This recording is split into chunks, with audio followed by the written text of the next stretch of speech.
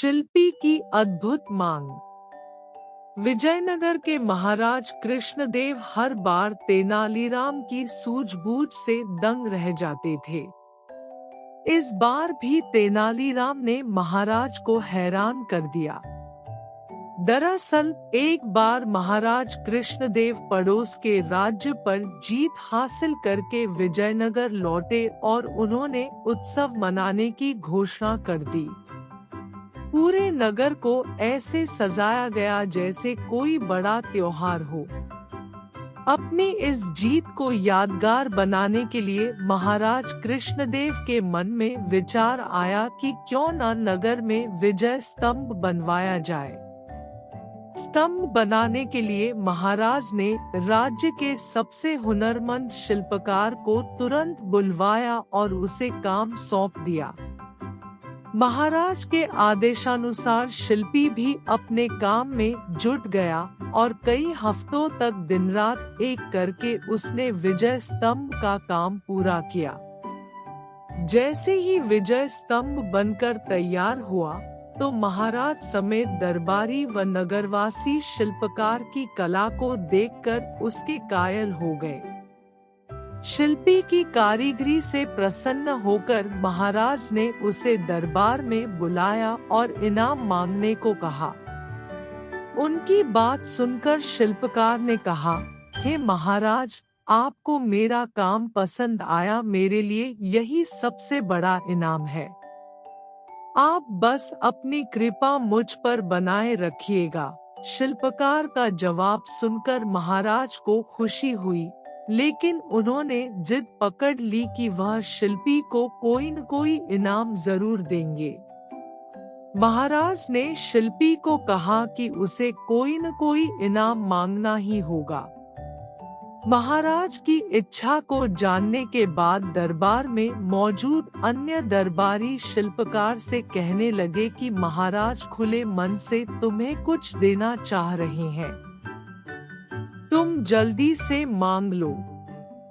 शिल्पकार अपनी कला में माहिर होने के साथ ही स्वाभिमानी और बुद्धिमान भी था। शिल्पी को लगा कि अगर वह कुछ नहीं मांगता तो महाराज नाराज हो सकते हैं।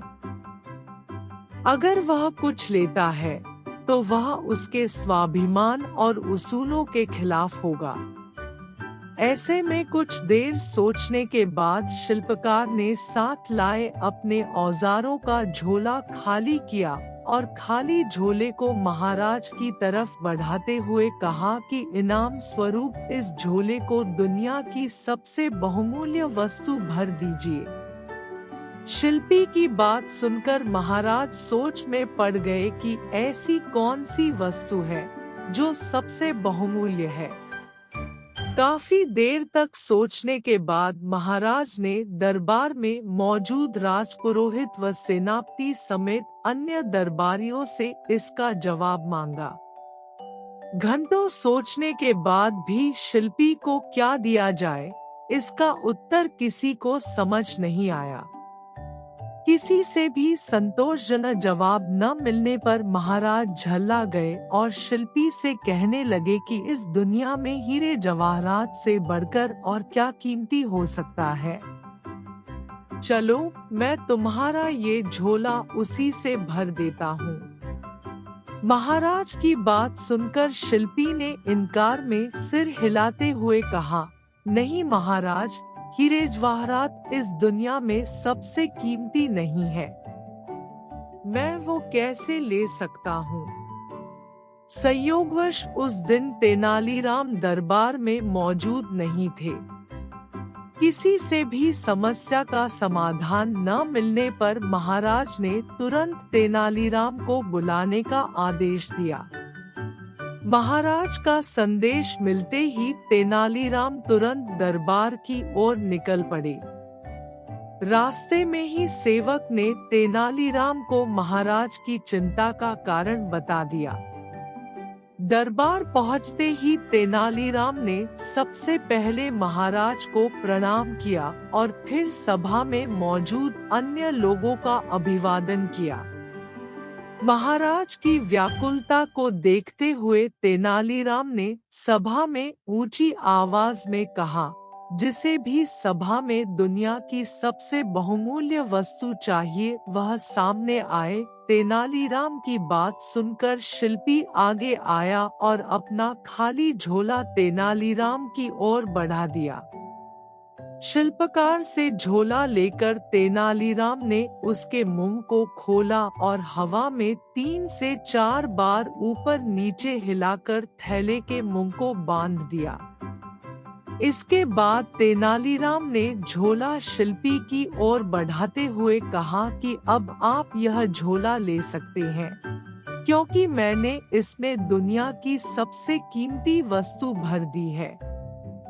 शिल्पकार ने भी झोला थामते हुए तेनालीराम को प्रणाम किया और फिर महाराज से अनुमति लेते हुए औजार उठाकर सभा से चला गया। यह दृश्य देखकर सभा में मौजूद सभी लोग अचंभित रह गए। महाराज ने उत्सुकता जताते हुए तेनालीराम से पूछा कि शिल्पी को खाली झोला देने के बावजूद भी वह बिना कुछ कहे ही क्यों चला गया। इससे पहले उसने हीरे जवाहरात जैसे कीमती सामान को बहुमूल्य मानने से इनकार कर दिया था। महाराज की उत्सुकता व दरबारियों के चेहरे पर प्रश्न चिन्ह को देखते हुए तेनालीराम ने कहा, हे महाराज, वह झोला खाली बिल्कुल भी नहीं था, क्योंकि उसमें दुनिया की सबसे बहुमूल्य वस्तु यानी हवा भरी हुई थी। इस दुनिया में हवा से कीमती और क्या हो सकता है, जिसके बिना हम जीवित नहीं रह सकते। तेनालीराम का जवाब सुनकर महाराज खुश हुए और उसकी पीठ थपथपाने लगे।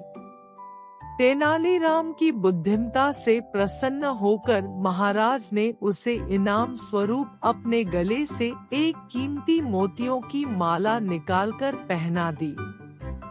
कहानी से सीख। इस कहानी से 2 सीख मिलती है। पहली यह कि धन से स्वाभिमान नहीं खरीदा जा सकता।